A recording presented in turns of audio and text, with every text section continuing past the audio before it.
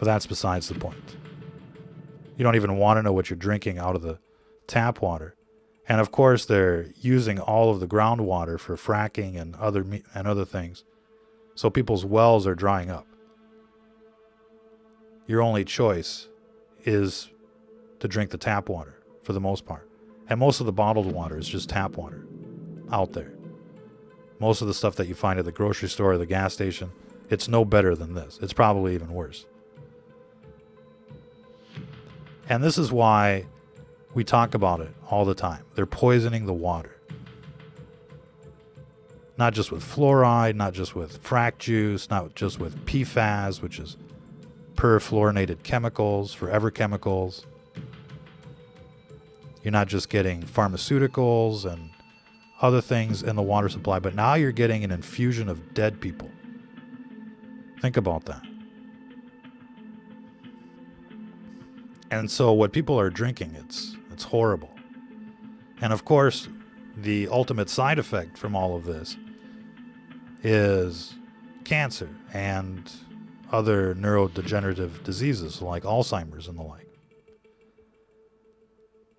But they're never going to link it to the source. They're just going to say, oh, well, looks like you got the cancer. Here comes the chemo. Here comes the radiation, right? Because that's big business. And so when a system is this corrupt, when they're poisoning everybody through every means possible, the food, the water, the air, the education, the television, the programming, when they're spraying you with bioweapons and trying to inject you with their Franken jab,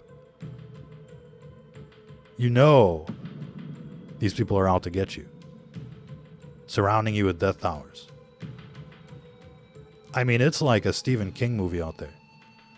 And it's only going to get worse, ladies and gentlemen. That's why people really have to take back control of what's going on here. Because this is not acceptable. Feeding this to children, this death juice to children, is not acceptable. Feeding it to our neighbors is not acceptable unless they're libtards, of course. Just kidding. Maybe. But it's sad.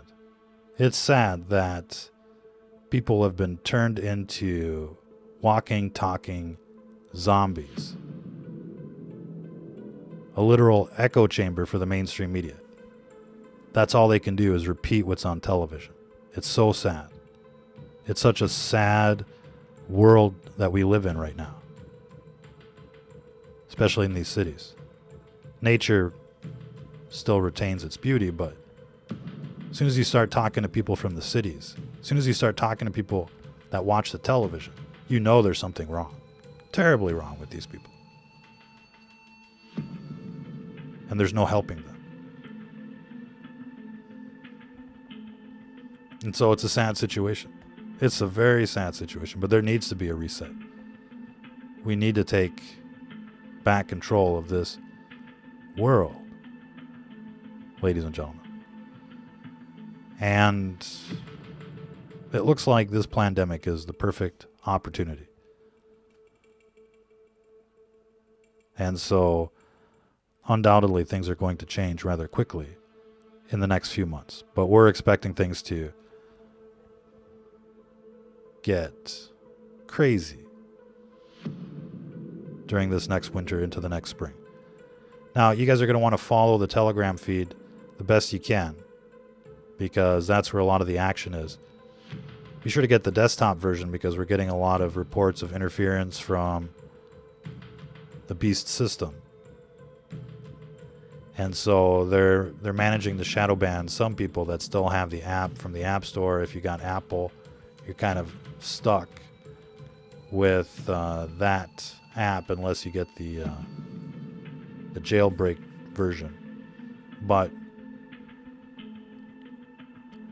essentially, you're going to want to get the desktop version. Check out the Telegram every day. Best news stories from the internet are going to show up there. And we're going to keep pumping out broadcasts as much as we can.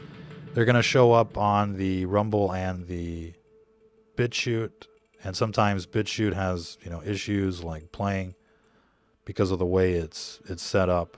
It's kind of like a blockchain, and so sometimes there's not a peer in the peer-to-peer network.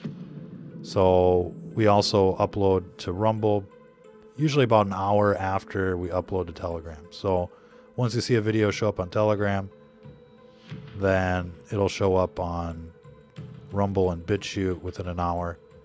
And so be sure to subscribe to those pages in the worst case scenario so that you can see the broadcast of the day. We're going to be doing a pretty graphic broadcast on what's happening in Afghanistan, more than likely later today.